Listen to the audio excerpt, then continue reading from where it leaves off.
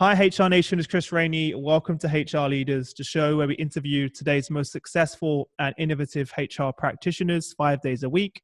Today, we have a special guest on the show. We're joined by Kelly Palmer, Workplace Futurist and Chief Learning Officer at Degreed. Kelly, welcome to the show. How are you? Thanks, Chris. I'm doing great today. Thanks so much for inviting me on the show. Fantastic. Well, you definitely win the best background. It's like you have your own podcast studio right now. You've got the microphone, you've got the background, you're ready to go. I'm ready to go. Fantastic. Well, before we jump in, tell our listeners a little bit about yourself personally and your journey to where we are today. So I am here in the San Francisco Bay Area. I'm actually in the heart of San Francisco right now. And I have always been in Silicon Valley my whole career. And I've worked for some of the big tech giants like Sun Microsystems, Yahoo, LinkedIn, and Degreed. And, my journey is interesting in that I didn't know that I wanted to be in learning. And I actually started my career in product development and corporate strategy. And I often tell this story that I had a midlife career crisis. And about 15 years ago, I was like, okay, I'm in Silicon Valley. I'm having fun. I'm doing some interesting work. I'm learning a lot, but I didn't feel the passion and the impact that I really wanted to have, both in my personal life or in the world of work. So I did some soul searching and actually decided to make a career shift into learning. And I was so fortunate that I was at Sun Microsystems at the time, and I was able to make a lateral move at an executive level from corporate strategy into running a pretty large learning organization where it was a revenue generating learning organization. Actually, not even in HR, it was in global sales and service because we were doing both employee learning and customer learning. And then my journey took me after Oracle bought Sun in 2010. That took me to Yahoo, where I spent a couple of years running a learning organization there. And always experimenting with innovation and technology and what technology could do to empower us learners to have a better experience around learning. And then in 2012, LinkedIn came knocking, and I actually got recruited to LinkedIn through LinkedIn, which I always think is, people always ask you, can you really get a job through LinkedIn? Like, yes, I did. So yeah, that was kind of fun. And the opportunity there was really interesting because they hadn't started a learning organization yet. So it was come and start a learning organization from scratch. And so I got that. I was at LinkedIn for 4 years as a chief learning officer and started an organization from nothing. But the real opportunity there was to imagine what learning could really be like and actually build it and make it happen. So that was the experience at LinkedIn. And then about 2.5 years ago, I met David Blake, who's our co-founder of Degreed, which is an education technology platform. And I met him and I realized a lot of the work I was doing for LinkedIn was for LinkedIn employees. And we built a technology platform very much like Degreed for our employees at LinkedIn. But I realized here's this opportunity to actually do for an industry what I was doing for employees at LinkedIn. And so I joined Degreed, to kind of evangelize learning across the world, across the learning and HR industry. And so that's what I've been doing for the last 2 years. And it's been an amazing journey. Fantastic. I love asking that question because, you never know where your career is going to take you, right? But one thing after another led to where you are now. And I love that you've worked at what you're doing from both perspectives, both internally in the organization and now externally to, the new audience that you're operating in. How's that been, by the way, moving from, focusing on learning internally versus the external where you are now? Just out of interest, how's that transition been? Yeah, it's been an interesting transition. As I mentioned, for the last 3 roles I've had at big tech companies, I've been running large learning organizations. And here at Degreed, although I do have some internal focus, our main focus internally is around helping our employees use our product to be the best models for our customers. So, Degreed is all about discovering, tracking, measuring, learning, creating learning goals, figuring out how to get better at your job and getting ready for the next role. So actually tying learning to skills to careers. And so, my job is to say, look, how are we doing as our employees? How are we giving feedback into the product? Are we being the best model for our customers that we can be? And then the other part is is just really, I am externally focused about, 60-70% of my time. So it's a lot more travel. It's talking to a lot of people about what they're doing in the industry. Sometimes it's really forward thinking, learning leaders that are really innovative and innovating in cool ways. We're learning from them. And then other times it's working with companies who are saying, look, I'm kind of stuck. I want to move forward in my learning strategy and how I'm thinking about learning. Can you help us think differently about how we can do learning? So it's really satisfying to both hear the amazing things people are doing and to participate in those strategy conversations, but to also help people move into this new paradigm of learning that we're seeing. Because there's never been, I think, a more exciting time to be in learning, and there's never been as big of a shift in the world of work, in the world of learning, than I think we're seeing today. That's why I think it's very exciting to have you on the show, and the fact that you've launched your new book, because there couldn't be a better time. And I think, and that's fantastic. So tell us more about the book. Who's the audience for you? Who's the ideal audience for your book? So interestingly enough, David and I, David Blake is my co-author. He's the co-founder of Degreed, and he's been an ed tech entrepreneur, and it's something that is his life's mission and vision, is to change the way the world learns. And we were talking earlier before the show that you talked about getting your first job without a degree, and that's kind of the mission that David and Degreed has been on. Originally, it was to say a lot of people don't need degrees for the jobs that they're doing, and people are learning all the time, every day, in a variety of ways, yet we're not giving them credit for it. And so this idea that you don't need a college degree, or even if you do have a college degree, you need to continuously learn and build skills for the entirety of your careers if you're going to stay relevant. That was the idea behind it. So David was coming from it from that perspective, and then I was coming from it from this perspective of, look, I've been at a lot of these high tech companies and worked with a lot of other tech companies and other people, and could we talk about this paradigm shift that's happening and bring both of our perspectives, but also let's talk to companies that are really innovative and doing really cool things, like Tim Munden over at Unilever, and eBay is doing some cool things, and we highlight a lot of companies that are doing innovative things with learning, but then also thought leaders in the business world. So Clayton Christensen and Sal Khan and Daniel Pink and other leaders. So to a long-winded way of who's the audience, we decided not to make the primary audience CLOs and HR practitioners, because we thought we're already going to have the interest of that audience group. So we actually targeted it towards CEOs and business leaders, saying, look, this is probably one of the biggest challenges of our time, to upskill and reskill the workforce with the trends going on in the industry. And CEOs are worried that their employees don't have the skills that they need to be successful moving forward. So that's how we positioned the books, is really towards that, although it really does speak to HR leaders and CLOs as well. And by the way, you based on what you just said, it reflects perfectly in the name, right? The expertise economy. I love the name, by the way.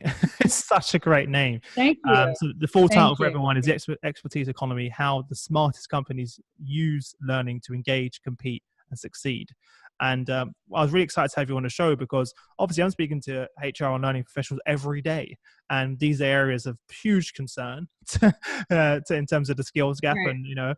And I just think that the expertise economy is just the perfect wording to put that all together. Based on the research and also your experience, how are the smartest companies leveraging learning technology to stay ahead? Yeah, so what we're finding is that in the old days, we used to have, I mentioned the classroom training was very prevalent. And also in terms of a technology strategy, what most companies would do is buy a learning management system.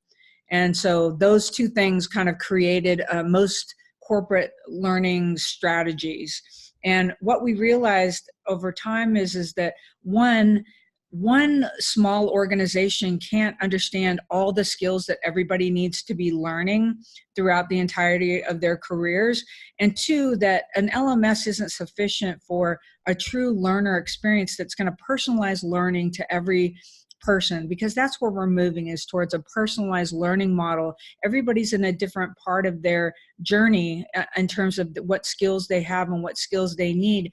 So how can we use technology and machine learning and artificial intelligence to help people get the learning that they need that's specific to them? How can we help people put learning goals in place so that they know where their skill gaps are, how they need to fill them, and that they can see that they can progress moving forward? So this idea of a technology strategy where you build an ecosystem of a lot of great content, a way to map learning to skills to careers, and then AI recommendations, curated content, recommendations from both your peers and the technology. That's the whole idea around that.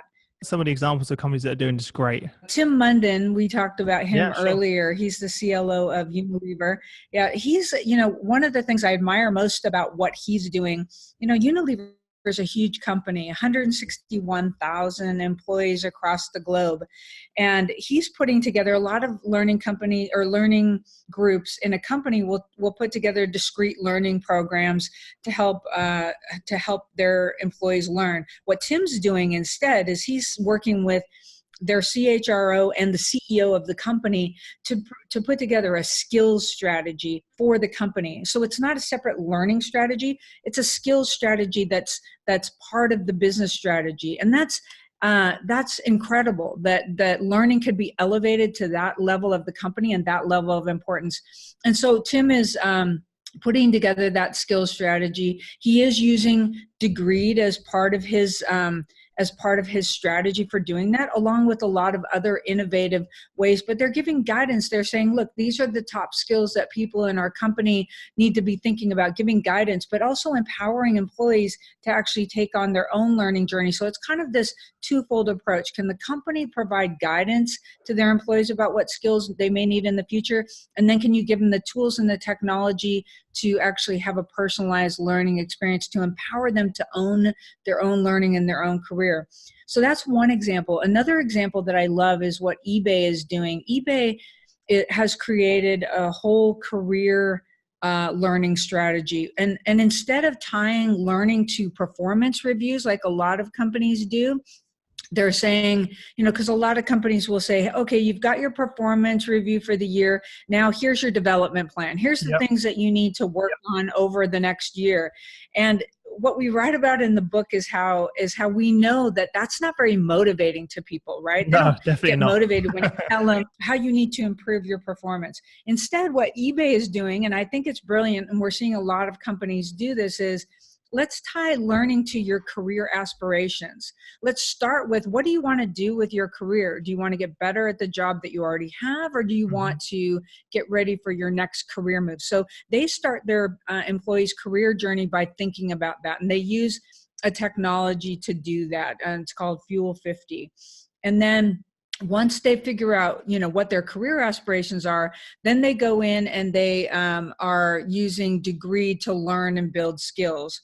But the cool part is that once people have built the skills, new skills, you need a way to apply those skills. So they've created something they call an internal career marketplace, and they list projects and jobs in eBay so people can go and apply their skills either to a project or a job, and then they highlight their career, like their career successes. But what's so cool about that is that most people decide to leave a company when they feel like they're not learning and growing anymore.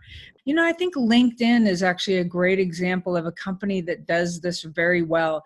I mean, when I was running learning there, one of the things that we said was every time a new employee would join, we'd say, you know what, we want you to be able to transform the trajectory of your career while you're at LinkedIn. Whether you're here for 1 year or 10 years, we want you to have this amazing transformative experience. And if that's the employee value proposition, I mean, it resonates with people, right? If they feel like they can learn and grow, and we'll help you find other opportunities. And I think the more that companies realize that that's why people stay, that the more they'll focus on helping people move internally within their company and keep learning and growing. And it's not always about promotions, right? It's about increasing the scope of your responsibility and giving you, adding on to the job that you have. So you feel like you have some challenges. Well, on that point, you know Wendy Murphy, right? From LinkedIn.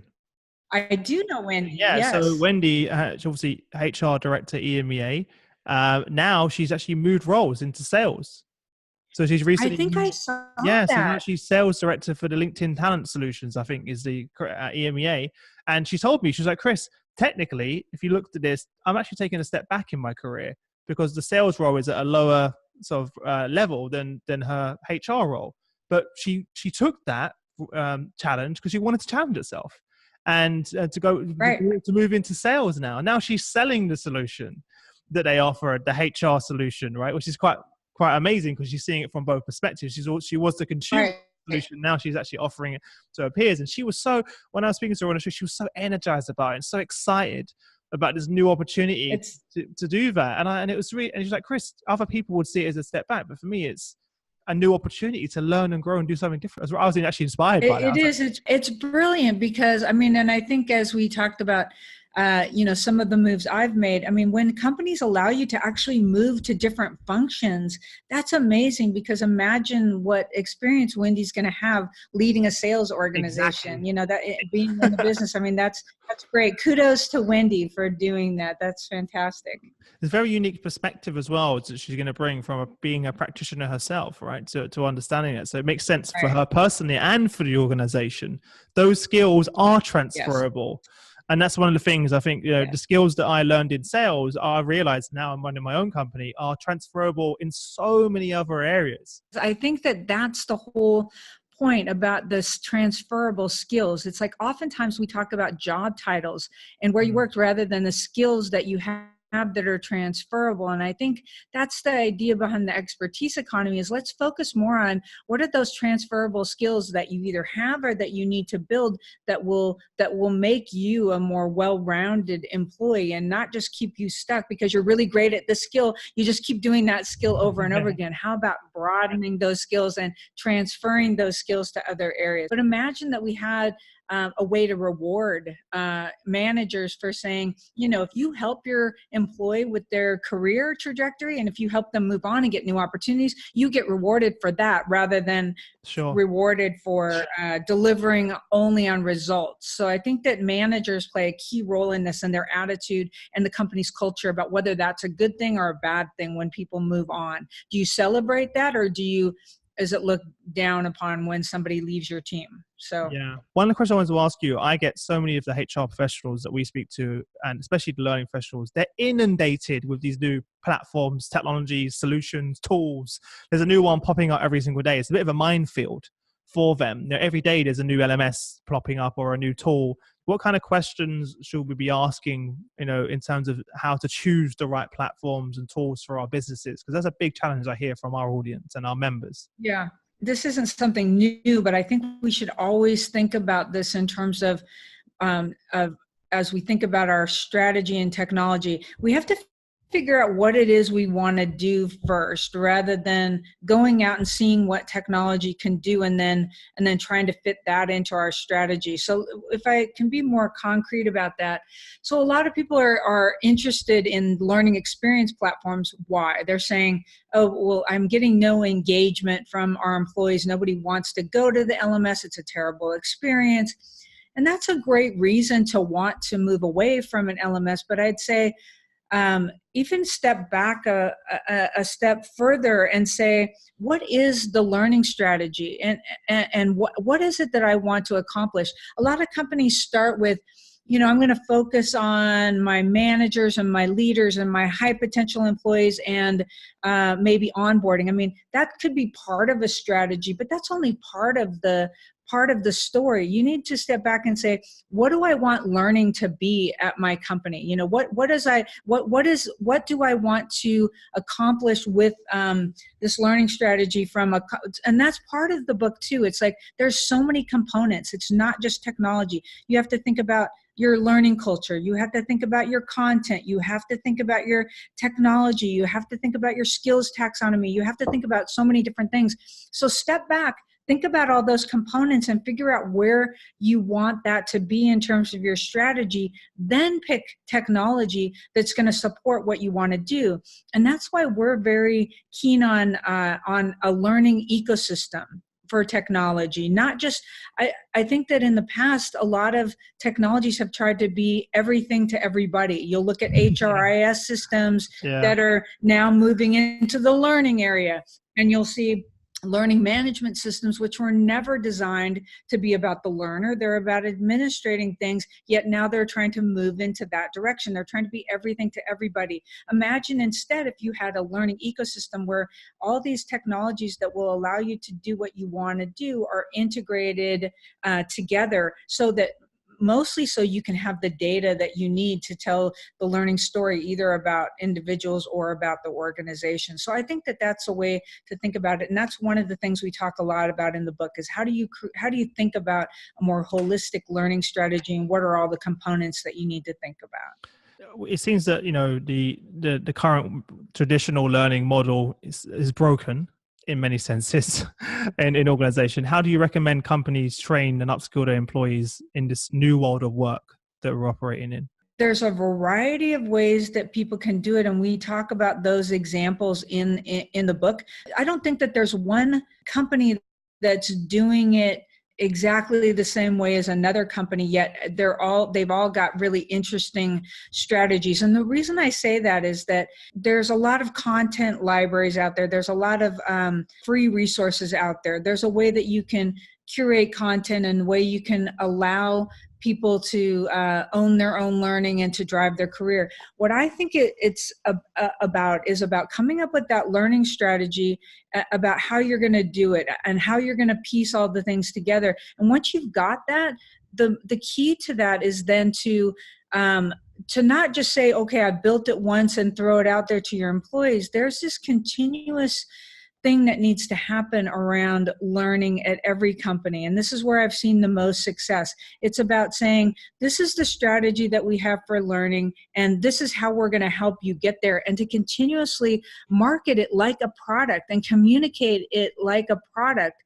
so that, because what a lot of companies have done is they'll have a learning strategy, or they'll launch a new technology, or they will launch a new program, and they communicate it, and then it's like one and done. And then people are like, okay, I don't remember anything else except for that one program. It needs to be a continuous effort to say, keep learning, learn every day, get your learning goals together, have your personalized learning plan, and to continuously communicate and enforce it with your culture at your company. So I guess that's a kind of a high level idea of how people are doing it, but we give more concrete examples in the book. The other thing I would say is that this is where technology can really play a key role, because if you imagine that you have a platform that has machine learning and AI built into it, so that automatically, when you know that something new has come out that is interesting to your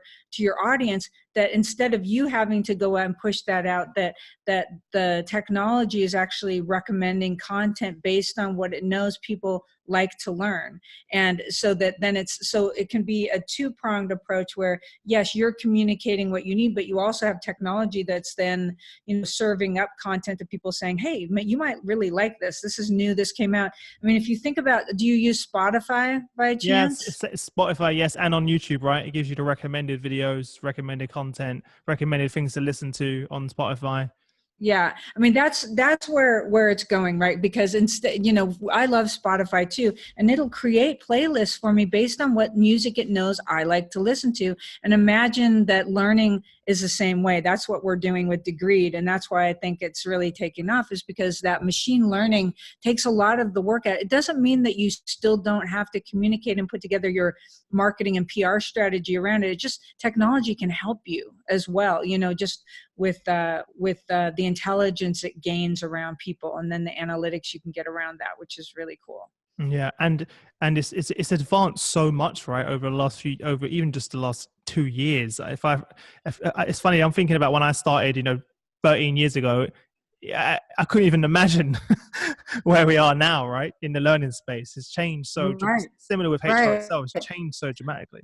And interestingly enough, there was an article earlier this week from the CEO of IBM who's talking about how they're using artificial intelligence to predict when people will leave the company with 95% accuracy. It looks like they're gearing up to actually launch a bunch of learning and HR tools that are very predictive based on their Watson and their AI technology at IBM. So they actually said that she said that they got rid of 30% of their HR jobs, but those were the low level routine task type of things. And now that the people in HR that they do have there are doing higher value work, Yeah, and that's kind of what's happening, right? Yeah, and that's where it's really exciting, and that's why I love this space of HR now, and you're seeing it. It's no longer based on gut feeling anymore. It's based on the actual insights and the data, and that's really, really exciting. Even for us, looking in our LMS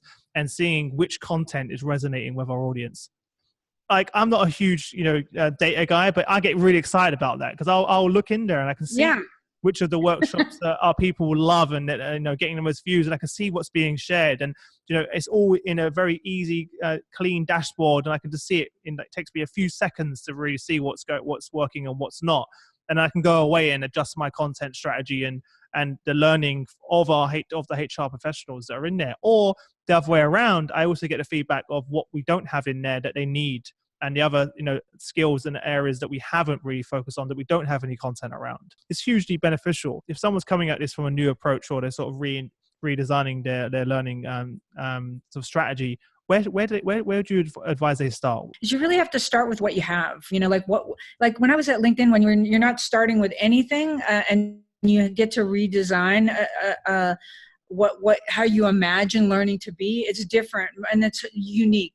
There's hardly any organizations that get to start from scratch. So people are usually dealing with what they've got. So first of all, let's talk about what you have and then what problems you're trying to solve. I think those are the two big questions that you have to answer at first. And I think that a lot of my peers are talking about, how do I upskill and reskill, my workforce? How do I make sure that my employees are going to have the skills that they need?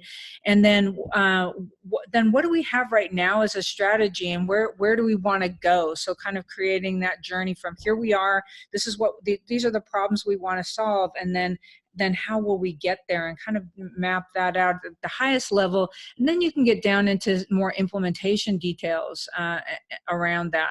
I think the one thing that mainly resonated from this conversation today for me is just the whole idea of transforming your employees into experts. Like that is it's a completely different take on it.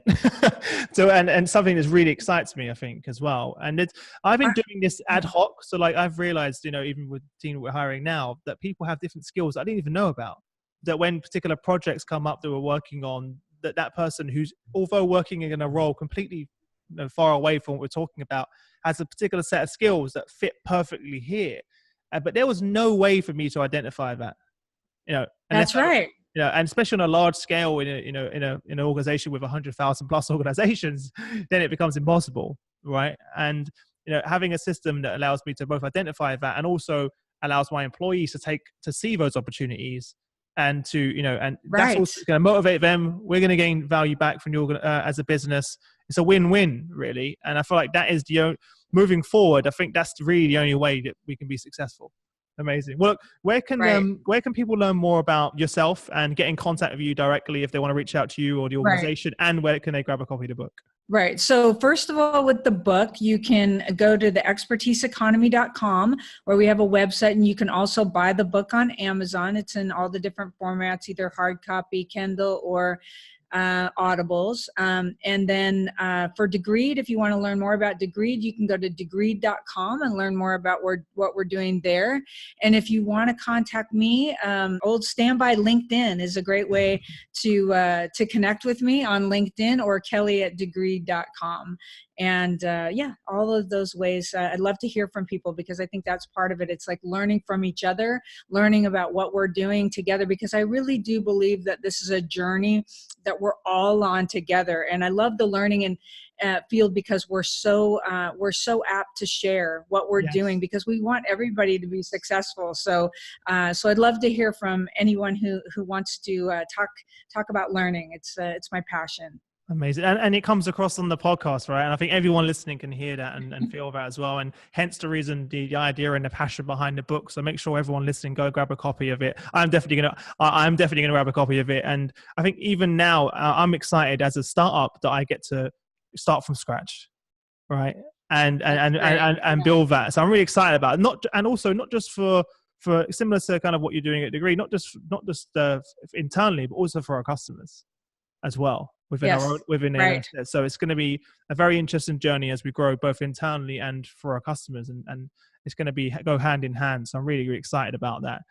For everyone listening, as always, guys, if you head over to hrleaders.com, you'll find the show notes from the show. So everything that's mentioned, that Kelly's mentioned, will be linked in the description. So link to the book, link to the website, everything you need will be there to make your life easy. Apart from that, Kelly, if there's one parting piece of advice, what would that be? My biggest piece of advice for everyone is to never stop learning, is to have learning agility, be curious, and to keep learning and building those skills, throughout your career, because that's what makes life and work interesting. So keep learning. It's amazing. Well, thank you again. And I wish you all the best. And until we next speak. Thanks, Chris. I wish you all the best too. Thanks for having me today.